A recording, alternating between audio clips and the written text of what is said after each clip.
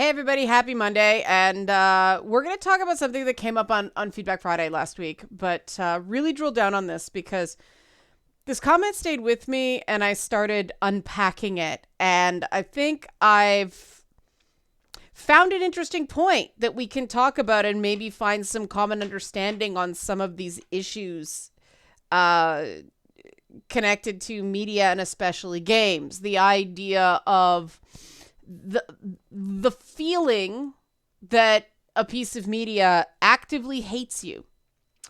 Because I keep hearing this from people that, the commenter on Fridays, I don't care if media, validates me. I just want it to not actively hate me.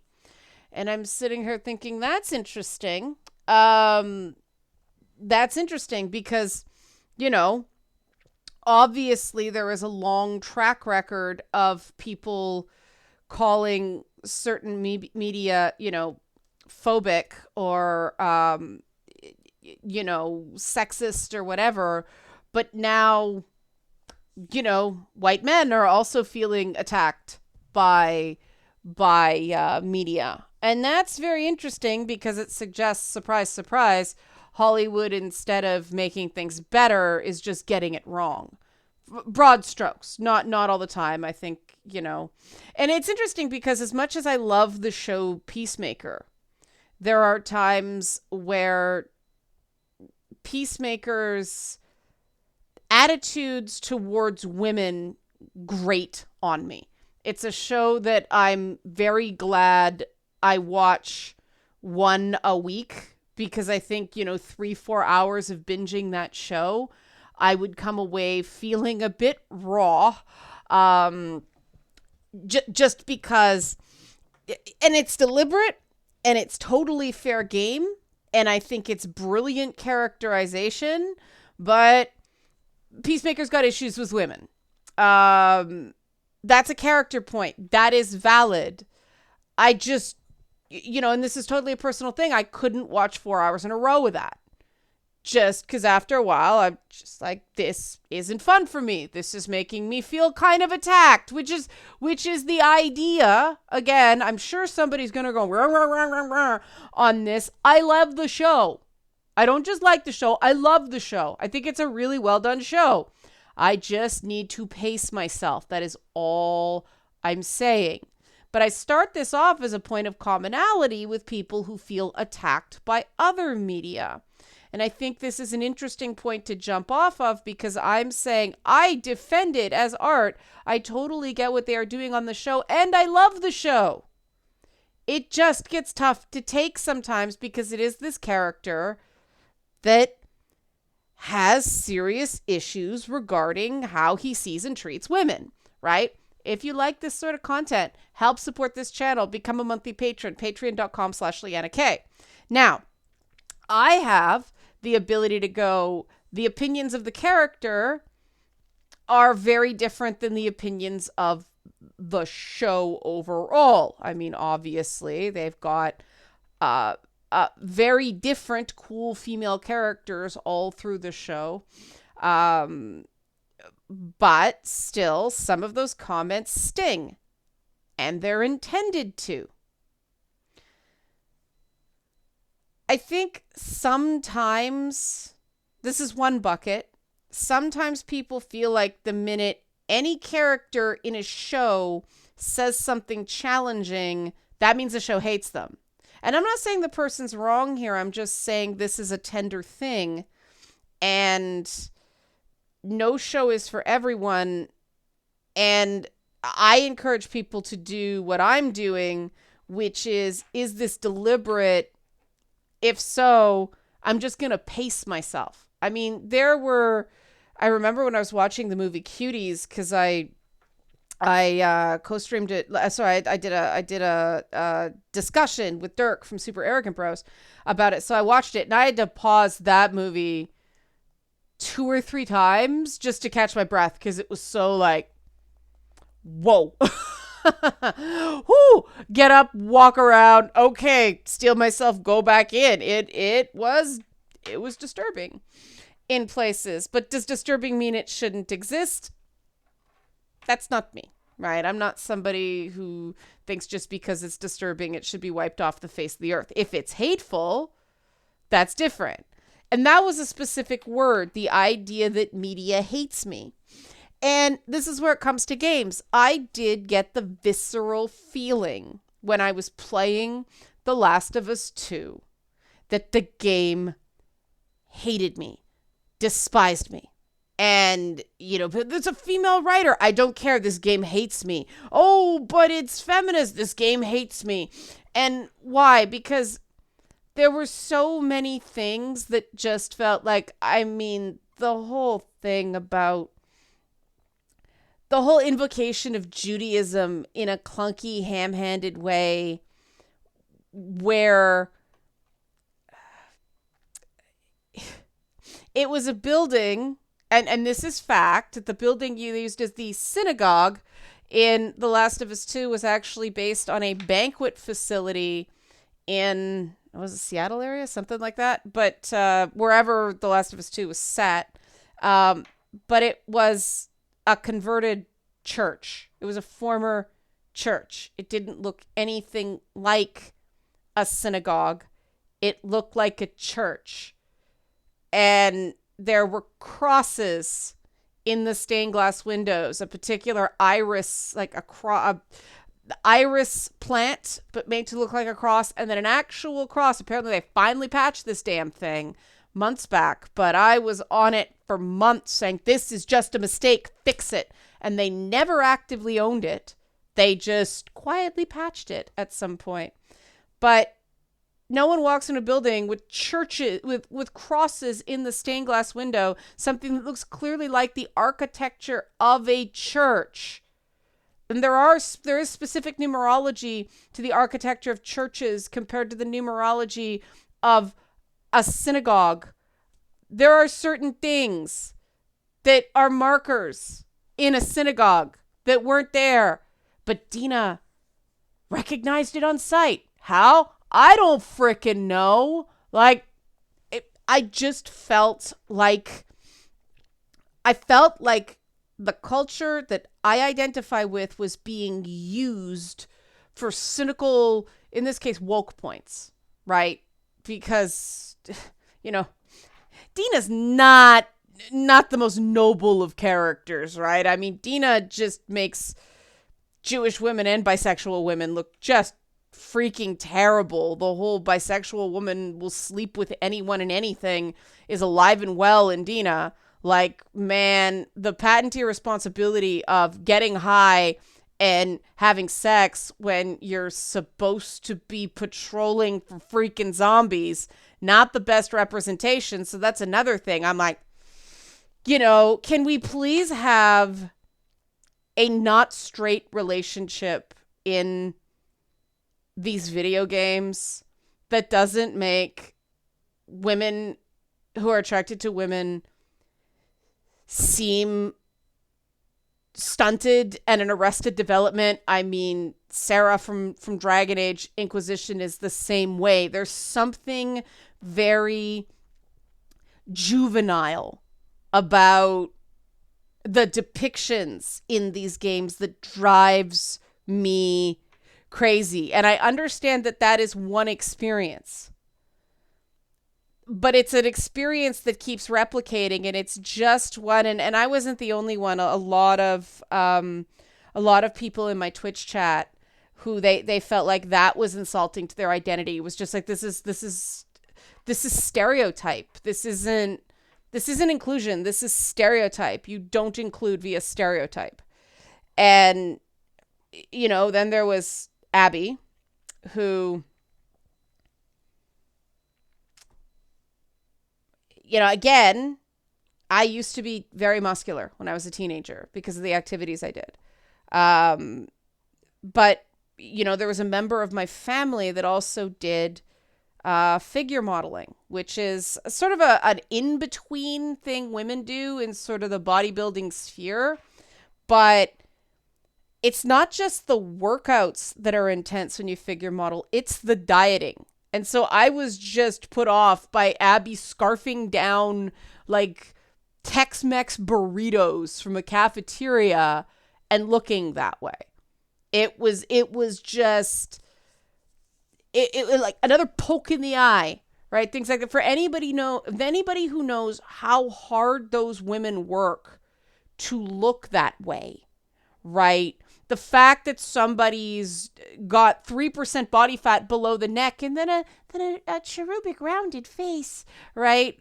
That doesn't happen either. Those crash diets, those tricking your body, it does age your face. I am not suggesting anybody who wants to do it not do it. It does affect the subdermal fat layer in your face. Family members who have done this sort of to look like that, they're younger than me. Facially, they look older than me because they've depleted, all the collagen and everything that comes from that. It gets affected.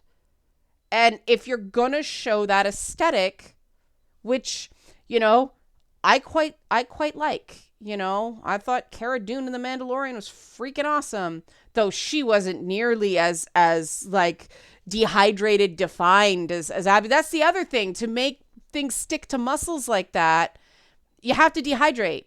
You have to do certain things to look show ready that you will cramp if you're out there fighting zombies, right? The other dumb thing is muscles don't protect you from a cordyceps bite, right? It's just dumb. And there was this idea that it wasn't just an aesthetic, that Abby was getting these muscles to feel stronger, to feel more protected because she had all this trauma. And okay, that happens. I'm good with that. But it wasn't a respectful, well-researched, insider portrayal of a female bodybuilder. It was a sexual fetish from a pervert who happened to be the creative director of a video game. Not that there's anything wrong with it. I described myself as kind of a pervert on my Twitch stream last Tuesday.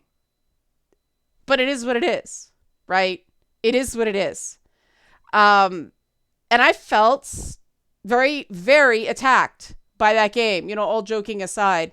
That game was agony to play for me. So all this is prefaced for saying I understand when people say they want media they consume to not feel like it actively hates them. I totally get that. I've said numerous times that if I wasn't streaming The Last of Us 2, I probably would have stopped playing it about a third of the way through because it was just such an eye-gougingly painful experience to get through. With the really ham-handed depictions of PTSD, the agoraphobia, sorry, not agoraphobia, fear of heights, she just gets over when it's convenient. Like, all of it was so not good. Again, I don't have fear of heights myself. I have family members who do have pretty profound fears of heights, and they don't just get over it when they need to. It's a serious thing. No game that claims to be allyship should be suggesting you can just push through a post-traumatic response or a phobia. You don't choose when those things cripple you.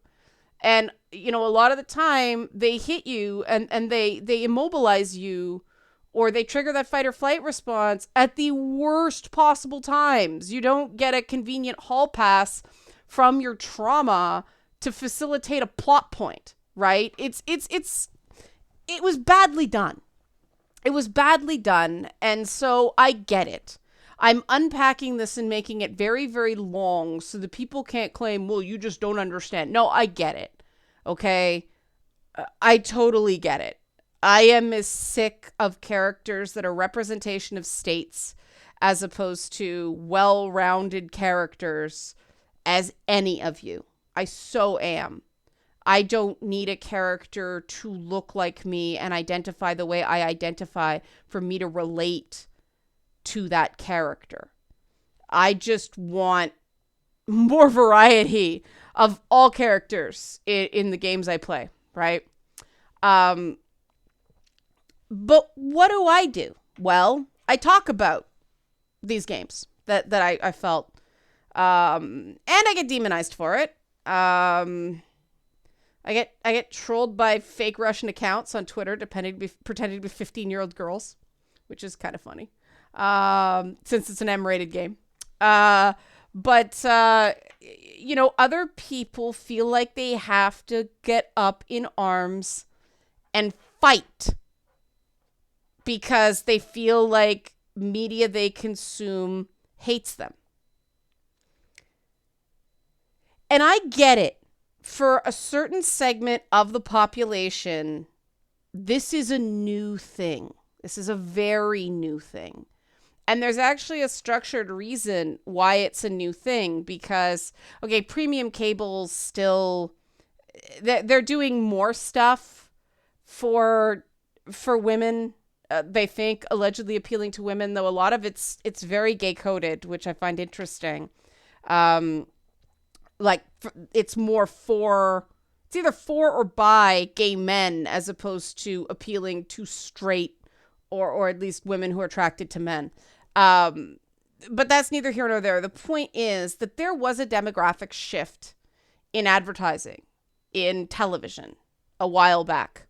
And it seems to be television and streaming content that is at the crux of a lot of this freaking out. And it is very ham-handed the way some of these media companies are handling it. Instead of doing a yes and, they're doing a nope, slam the door in people's faces in some cases. But for a long time, the primary demographic for all media was 18 to 34-year-old male, or more specifically 18 to 24 male. So some advertisers wanted 18 to 24 male specifically. Some were willing to broaden to 18 to 34 male. But why? Because that's when purchasing patterns solidified. They determined it wasn't that 18 to 24 male were better consumers than anyone. It was that they were they could be influenced by advertising in a way that they did not see their 18 to 24-year-old female counterparts as being influenced. Basically, they were preying on young adult men because they thought young adult men were stupid and could be led around by the nose. That's why they did it. It wasn't because they especially loved 18 to 24 men. They just thought they were impressionable, right? That has shifted now. Now they want 35 to 54 women. Now, why is that? Again, it's influence. It's that if you can get the female head of a household to buy products, not necessarily head of household, but the one who does the shopping, and women are now much more likely to do the household shopping still than men. The male numbers have gone up, but, women still do the bulk of the household shopping, which means the soap you buy, the dish detergent you buy, the laundry soap you buy, they know that all these patterns get set in the home. When I was first, living out on my own, I bought all the stuff my mother bought because that's what I knew, right? Over the years, I've pivoted on my purchasing stuff, but they know that they're what they call an amplifier effect, and so now much more television is catered to 35 to 54 female. I say not well, but on paper it is. Now, like I said, there are still certain types of content that are more male-oriented. Sports, for instance, obviously, though there are certain elements of sports production that were put in for women. Films still skew younger male. Though now it's that Disney Disney formula, but you got a character for dad, a character for mom, a character for the son, a character for the daughter kind of thing. But films definitely are still much more 18 to 24 male. However, the skew there is that international box office counts for so much more now. So it ain't 18 to 24 white men. So those younger white men are not imagining that there's less stuff out there for them. But does that mean media hates them? I do think that there is this... What I have been told about the whole remakes thing is, one, Hollywood only wants things with a pre-existing fan base now. And toy companies do not believe there is any benefit to researching and developing a new IP. They think essentially all the ideas that will ever be thought up have been done, so just use one we already have. There's no point. Whatever you try to create is just going to be like this with a different coat of paint, right? So what happens? We have a property from an age where it was 18 to 24 male, or even 8 to 10-year-old male in terms of toy lines. And now it's shoehorned into a program designed to appeal to 35 to 54-year-old female or 8 to 10-year-old girls. You're not imagining that. But does that mean it hates you? No, Hollywood hates everybody. Trust me, I've worked in this stuff. There is a real resentment for the audience, period. And if you ask, women and non-binary people who consume this content, they don't necessarily feel a lot of love either. I had a real issue with the first season of She-Ra Masters of the Universe when I went, wow, the most entertaining characters in this whole thing are Bo and Seahawk. Catra and Scorpia caught up. I love those two. But, the bad girl, Catra's awesome, don't get me wrong. But the bad girl and the two dudes, they're the most interesting characters, season 1. And all of the not cool princesses were the girls of color. Oversight. Now I'm like, hold up. Because when I was a kid, I went to a minority majority school, and so my friends didn't look like me. And so I still, to this day, when I look at groups of friends, I'm like, wait a minute, that doesn't look like my circle of friends, right? I still have that reaction. And that's just an oversight. That's just nobody sitting there taking a 30,000-foot view and going, wait a minute, we messed up here. Because unfortunately, when you have left-wing producers who are very secure in their left-wingedness, they think that will save them from an oversight, and it doesn't. When you identify as progressive, you have to do more work, not less, because you've set a higher bar for yourself in that regard, right? The truth is that media doesn't care about you. There is an illusion that it cares about you when you find something you connect to. If it goes on long enough, it will disappoint you because either you change and it doesn't, or it jumps the shark, right? That's the term. Happy Days, Fonzie. Yeah. It happens. And it's very interesting that we live in a world where people expect media to have any feeling at all about them. And this has me very, very concerned. Because we all love media that we relate to, right? I have quite a few comic book characters that I feel represent me somehow in some way. Others I just think are freaking cool. But do I feel like a television show loves me? No. Do I feel like a movie loves me? No. If something is very well done, I feel good because it's well crafted. But because that's the thing, if you believe a show hates you, well, the opposite has to be true. And shows can't love you so they can't hate you.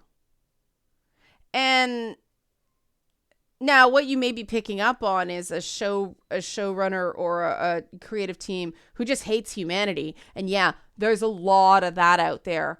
I was talking with a colleague of mine in academia who used to also work in television. And I said, I'm just numb to the whole TV thing now. It is what it is. It was. And he said, you are obviously pretty strong then, that all you are is numb, implying that he had a burning, passionate hatred of the industry and its output. And it's very real because people in media are treated like shit. And maybe there's some of that coming through. I do think there's a fair complaint in marketing campaigns that actively bait the pre-existing core fandom, because that demographic is an easy antagonist in a, earned media morality play. I've seen that. I don't like it. I much prefer what Ghostbusters Afterlife did, which is hid the fact that the star of the show is the movie is McKenna Grace, and she's excellent, but people were just allowed to discover her as a fantastic young Harold Ramis impersonator. There were no preconceived notions going in because everybody thought Finn Wolfhard was going to be the lead, and he wasn't, but she was fantastic. But people were allowed to discover that. They deliberately buried it in the marketing materials. Sweet. Awesome. If that's all it takes, go for it, right? There are a lot of imbalances still in the whole structure of media and media marketing. And that's what everybody's getting caught up in for so long, especially anything that was involved with comic books, catered to such a narrow demographic. Video games got forced into this by both the toy market and the fact that toy market created a myth that video games were for boys. And so the primary marketing of video games ended up on male-oriented channels like Spike TV and G4, right? That was something I was trying to fight from the inside, going, no. Women play video games too, especially people my age who started gaming before that whole toy market, gendered toy thing skewed Nintendo, because the Nintendo Entertainment System came with a robot, right? Oh, it's a boy. Boys like robots. I liked robots. I got ROB back there, man. That's part of the reason I have ROB back there. Me too. Hashtag me too. But yeah, it all, fruit of the poisonous tree, there was this artificial choice funnel that just metastasized. And so people spent an entire lifetime being ostensibly catered to. But something happened that it was a myth of who these guys were, not the reality of who these gamer guys were and these comic book fans were. And the thing that makes me sad about that is the reality of gamers and the reality of comic book fans is so much better than the stereotype straw man that the media created.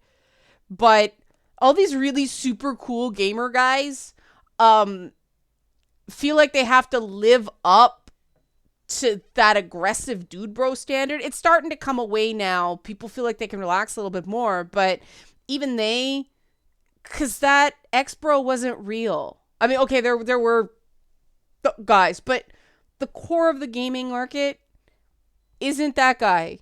They're sweet, gentle, intelligent, cool, interesting people who will introduce you to really cool music when you Twitch stream on Tuesdays. That's what we do at Twitch now. Talk about music. Well, I play Far Cry. But this messed everybody up. And that's the purpose of this video. I want to let people know, you guys who feel like media suddenly hates you, everybody else has felt that way all along. That's for part of the reason why people like the whole gay coding thing came. There was so little same-sex representation. People just pulled at the edges of whatever they could see that they could relate to, right? Because having heteronormativity the only standard, you feel a bit like there's something wrong with you because, well, I don't like the opposite sex, and this is so, I'm not attracted to that. I wish I was, but I'm not. So I feel sort of like this is judging me or making me feel weird or something like that. Or, the Robert Heinlein hot and cold running secretaries thing for years and years and years. I mean, for every Charlie's Angels and even Charlie's Angels, for every Wonder Woman show in the 70s, there was a male driven hot and cold running secretaries show. And it really did make a lot of female viewers feel like they were just disposable and interchangeable and didn't really matter. Who mattered was the male stars, and it was just, the girlfriend of the week. That's the polite term for it. And I mean, we even saw that on shows like Frasier. And so everybody else, the racial stereotypes that were going on in media, so on and so forth, everyone else has felt for a really long time that media hates them. And unfortunately, Hollywood, and I guess trying to even the scales, because they don't really care. I guess now everybody just feels like media hates them instead of more people feeling included, just more people feel excluded. So I wanted to talk about that to keep that in mind, because I do think that's a fair thing to say. It's a legitimate feeling. I've had it. So I'm interested in your thoughts on this. This is a starting point. I could go on for 2 hours and this has been half an hour. So give me your comments. We'll talk more on Feedback Friday about this. That's what Feedback Friday is for. You know what's coming now. Help support this channel. Become a monthly patron. Patreon.com/LeannaK. Thanks for watching.